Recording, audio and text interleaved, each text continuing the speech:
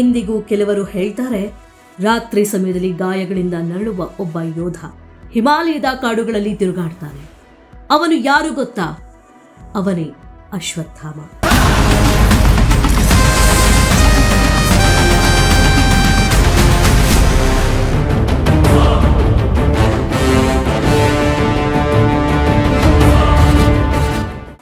ಅಶ್ವತ್ಥಾಮ ಇನ್ನು ಬದುಕಿದ್ದಾನ?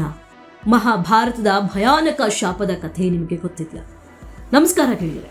ಇವತ್ತು ನಾವು ಮಹಾಭಾರತದ ಅತ್ಯಂತ ವಿವಾದಾತ್ಮಕ ಮತ್ತು ರಹಸ್ಯಮಯ ಪಾತ್ರಗಳಲ್ಲಿ ಬಂದಾದ ಅಶ್ವತ್ಥಾಮನ ಕಥೆಯನ್ನ ತಿಳಿದುಕೊಳ್ಳೋಣ. ಅದಕ್ಕೂ ಮುಂಚೆ ಇದೇ ರೀತಿಯಾದ ಕಥೆಗಳಿಗಾಗಿ, ಹೊಸ ಮಾಹಿತಿಗಾಗಿ ನಮ್ಮ ಚಾನೆಲ್ ಅನ್ನ ಸಬ್ಸ್ಕ್ರೈಬ್ ಮಾಡಿಕೊಳ್ಳಿ. ಪಕ್ಕದಲ್ಲಿರುವಂತಹ ಬೆಲ್ ಐಕಾನ್ ಅನ್ನ ಕ್ಲಿಕ್ ಮಾಡಿ.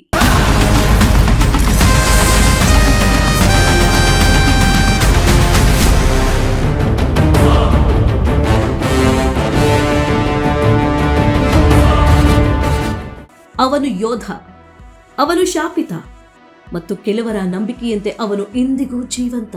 ಅಶ್ವತ್ಥಾಮನು ಮಹಾಭಾರತದ ಪ್ರಮುಖ ಯೋಧನಾಗಿದ್ದನು.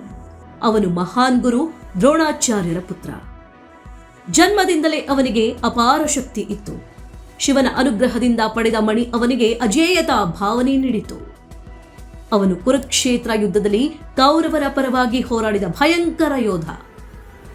ಯುದ್ಧದ ಕೊನೆಯ ಹಂತದಲ್ಲಿ ತಂದೆಯ ಮರಣದಿಂದ ಕೋಪಗೊಂಡ ಅಶ್ವತ್ಥಾಮ ಒಂದು ಭಯಾನಕ ನಿರ್ಧಾರವನ್ನು ತೆಗೆದುಕೊಳ್ತಾನೆ.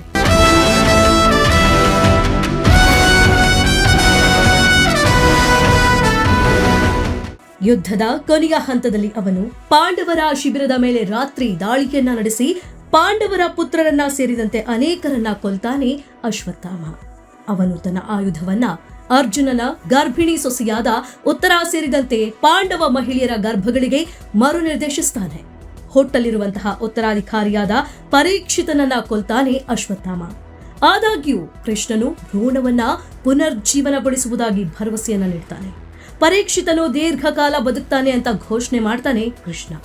ಹುಟ್ಟಲಿರುವ ಭ್ರೂಣವನ್ನ ಕೊಲ್ಲಲು ಪ್ರಯತ್ನಿಸಿದ್ದಕ್ಕಾಗಿ ನಂತರ ಕೃಷ್ಣನು ಕೋಪಗೊಂಡು ಅಶ್ವತ್ಥಾಮನಿಗೆ 3000 ವರ್ಷಗಳ ಕಾಲ ಭೂಮಿಯಲ್ಲಿ ಅಲಿದಾಡುವಂತೆ ಶಾಪವನ್ನ ನೀಡ್ತಾನೆ.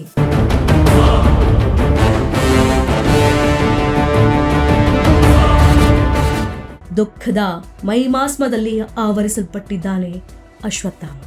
ಪಾಂಡವರು ದ್ರೌಪದಿಗೆ ಹಿಂತಿರುಗ್ತಾರೆ. ಆದ್ರೆ ಅಶ್ವತ್ಥಾಮ ವ್ಯಾಸರೊಂದಿಗೆ ಕಾಡಿನಲ್ಲಿ ಮಾಯವಾಗ್ತಾನೆ. ಅಶ್ವತ್ಥಾಮನು ಮಾಡಿದ ಈ ಅನೀತಿ ಕೃತ್ಯಕ್ಕೆ ಪ್ರತಿಕ್ರಿಯೆಯಾಗಿ ಶ್ರೀಕೃಷ್ಣನು ಅವನನ್ನ ಭೂಮಿಯನ್ನು ಅನಂತವಾಗಿ ತಿರುಗುವುದಕ್ಕೆ ಶಾಪವನ್ನ ಹೇರಿದ್ದಾನೆ ಅಂತಲೂ ಕೂಡ ಹೇಳಲಾಗ್ತದೆ.